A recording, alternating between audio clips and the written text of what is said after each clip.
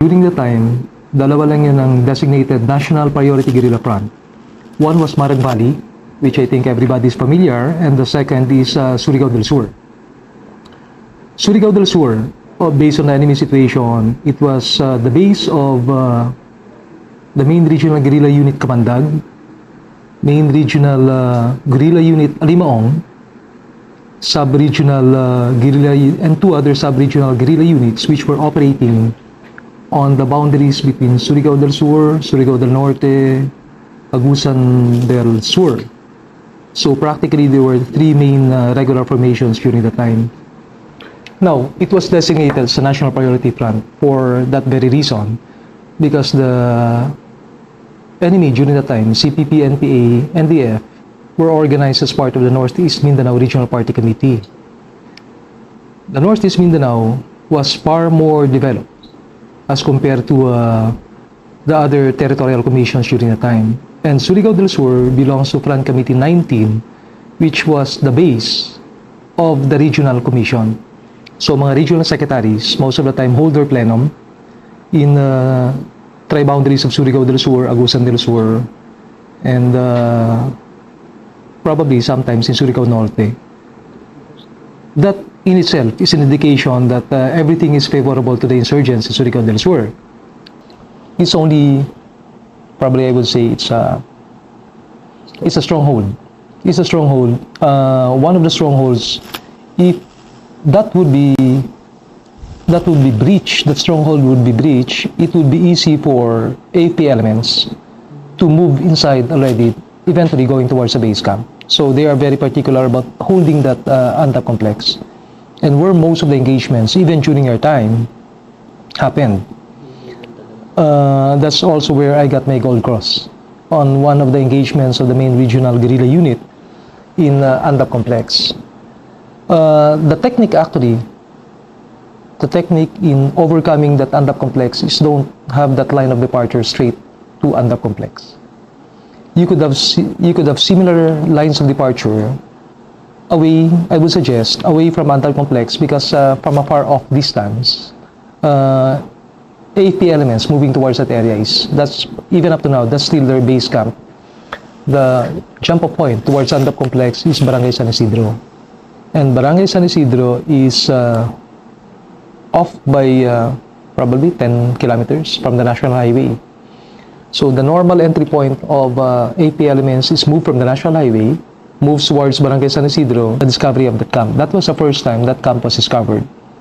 All the areas actually which were surrounding the base camp were temporary guerrilla bases. The purpose of the temporary guerrilla bases was to prevent the entry of government personnel towards that main camp. So the main camp was not Andap Complex, but the main camp was actually that one. So Andap Complex was an entry point towards the base camp. There were three standard entry points towards that base camp. One was Andap Complex. The other one is via, the standard one was via, the shortest one was via Jatagon through Lagdec, moving towards Purok 5. The other one was, of course, the Andap Complex. And the third one, which is commonly not used, is the one we did in Surigao, because this is the longest, the one we did in Surigao del Sur. We were not noticed moving towards that area because nobody did it before. Nobody was expecting us also to move from Surigao del Sur that far, moving towards to Purok 5. So the NPA were very much familiar with movements towards coming from Andap Complex and coming from Jatagon. You will see that the trees are still, some of the areas are still virgin. Somebody who is fairly new to that place and who haven't studied the maps and who haven't been operating inside Surigao Sur would be intimidated by the size of the mountains, the density of the forest. But if you started moving along using these trails and be familiarized with the trails, it would facilitate your movement and hitting of your objectives in Surigao Sur. Now, so the point is, it's very critical for any operating element to be particular about GESCOIN and terrain analysis. Especially at the time, we don't have any choice because we don't have any GPS, we don't have any other tools as what's available now. So let's go to Andap. Before Andap, let me like to stress that the road line, the national highway actually is just 2 meters off the ocean, probably in some cases 2 meters. Most of them were 10 meters off the ocean. It just follows the coast of Surigao del Sur. And the coast is facing Pacific Ocean. So fishing also is very difficult in Surigao del Sur.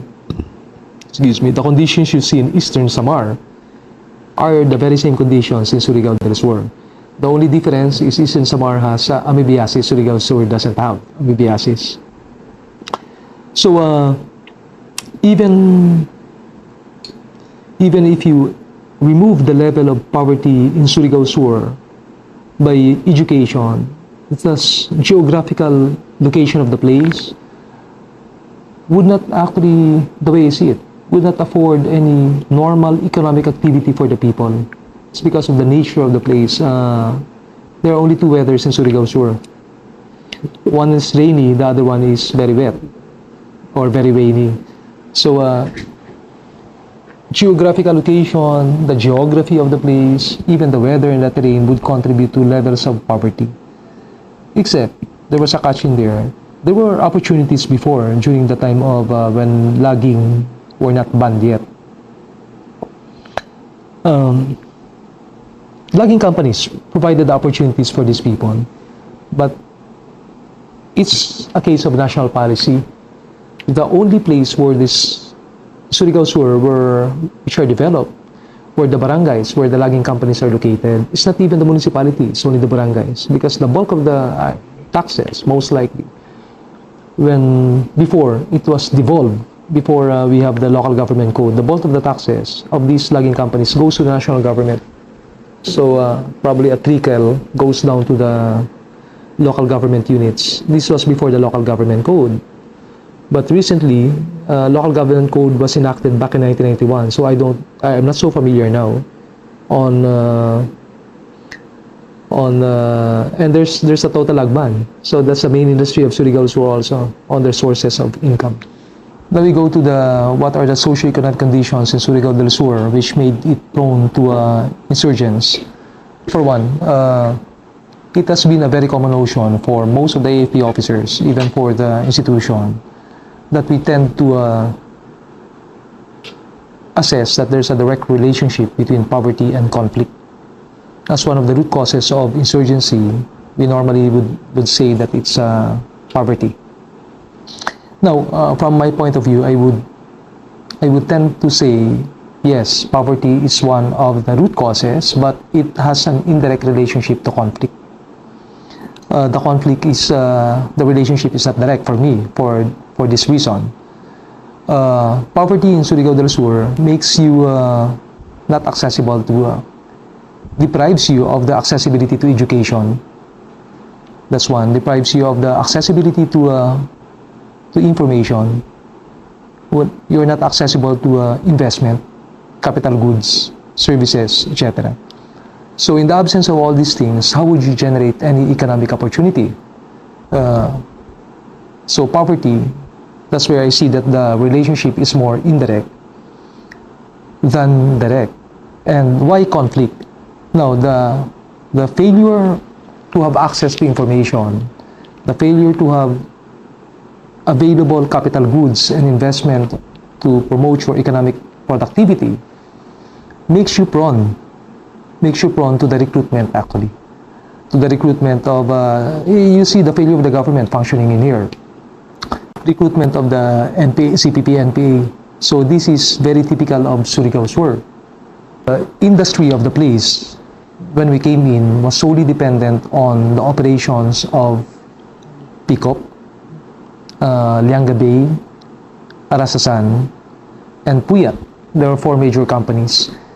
And the economic activity generated by these companies are only present within the barangays of Bislig, Surigao del Sur. In the case of Artimco, Arasasan, Surigao del Sur, Puyat, northern portions of Surigao del Sur, and Lianga Bay, which is Jatagon. Jatagon, which was the base of Northeast Mindanao Regional Party Committee and Front Committee 19 on the operational area, lagging area of Lianga Bay. Now, if you were in the shoes of these businessmen, mining logging companies actually, the burning of one payloader, or the burning of one bulldozer, the burning of one 18-wheeler truck at a cost of, one of these trucks would cost you 5 million probably, 5 to 10 million, as compared to the payment of a revolutionary tax per month to about 200,000 per month or 300,000. Which would you prefer? You don't have any choice, because you knew for sure that the AFP elements could not totally protect you 24 hours a day on this area. So most of the income during the time, at the height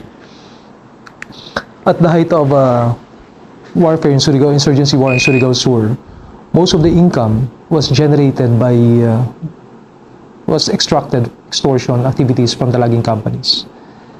Any industry, if you will see the pattern nationwide, any area which has an industry na pwede nila pagkukunan ng sources are the most developed NPA guerrilla fronts. This block, when there's an OIC, the very first thing I did was a terrain analysis, because that's one of the problems Surigao del Sur. Hindi pa uso yun ng mga GPS that time.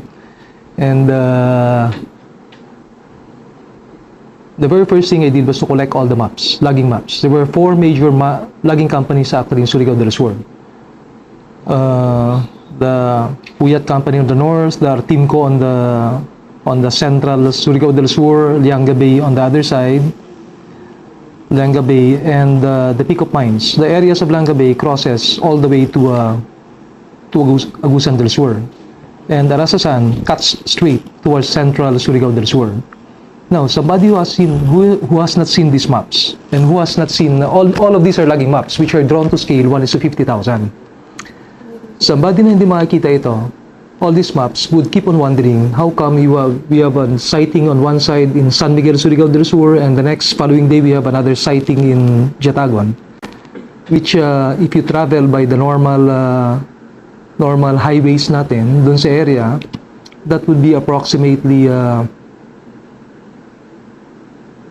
siguro by road it will take you about mga 5 hours from one end to the other end. And it's very, lalabas ka pa dito sa coastal, because the road network of Surigao del Sur is just following along the coast.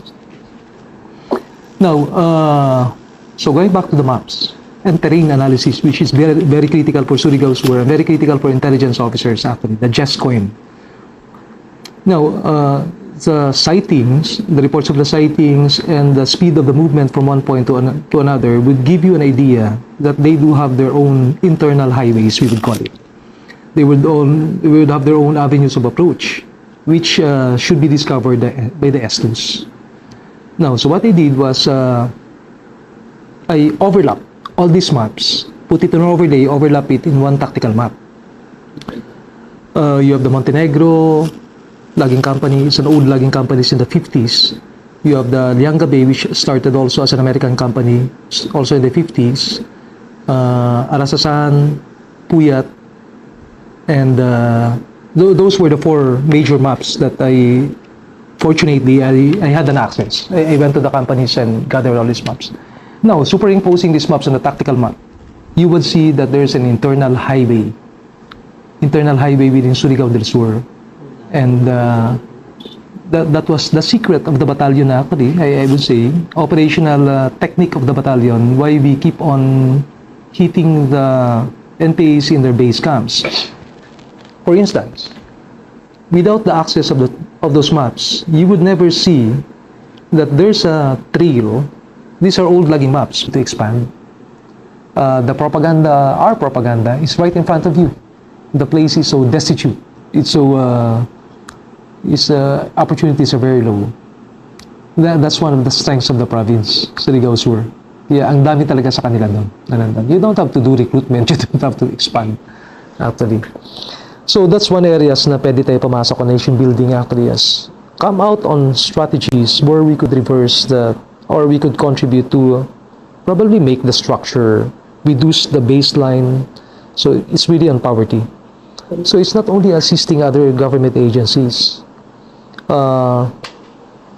it's also be more actively involved. Not only government agencies. Makes for Surigao del Sur very formidable during that time was the presence of the regular formations. The regular formations of two regular MRGUs in Surigao del Sur themselves, aside from the SRGU Dahunog, yeah, I remember it already, SRGU Dahunog in Surigao Norte. So, before I entry there is, there was no major operations actually which were able to discover the base camp of any MRGU, for that matter the Northeast Mindanao Regional Party Committee. Every time during CPP-NPA anniversary, most of the anniversary of the Territorial Commission in Mindanao, COMID, is held in Surigao del Sur.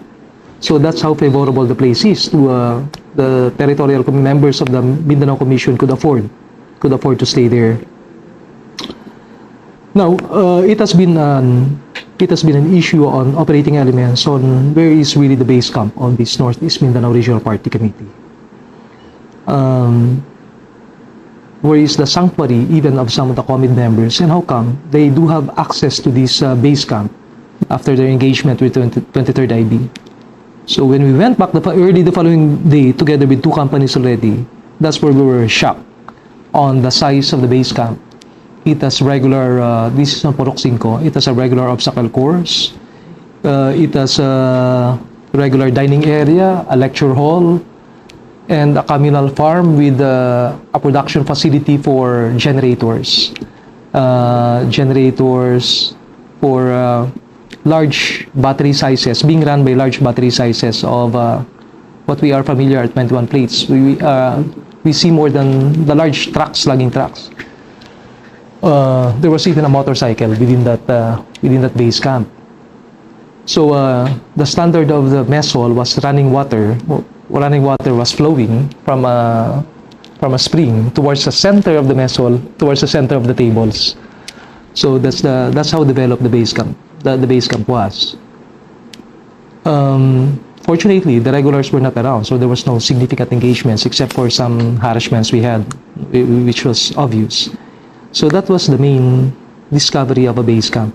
In fact, meeting engagements at a distance of between 3 to 5 meters. There was even a time that we were shouting passwords. We were challenging, because we could see them straightforward. We were challenging passwords to the CTM organization, CTM elements on the other side of the trail, because both of us are wearing the same uniform. They were not also expecting us to be on that area. So it gave us an indication that these trails are really the ones being used by the CPP, by the NPA.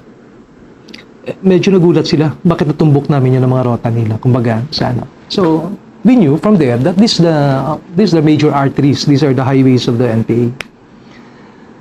When we were almost about near Purok 5, this is a little bit far from Andap. We were almost near Purok 5.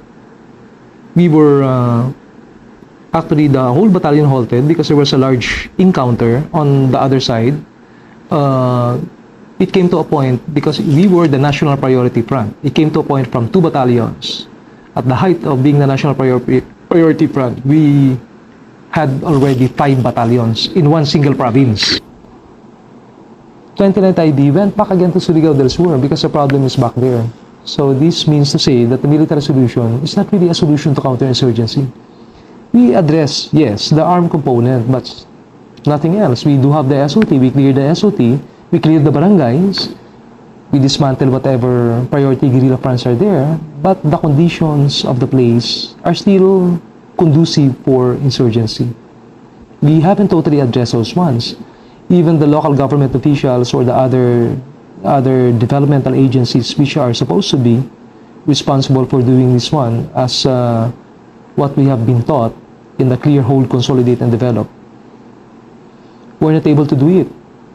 For one, lack of capacity of the LGUs to do it, the lack of resources to do it, and the worst part about it is the linkages of these local people. Linkages of these local people with the personnel coming from the NPAs. Sila lang din magkakasama eh.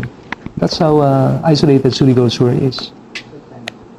We were able to successfully reduce the strength of the MRGUs, the NPAs during the time, on several very significant engagements.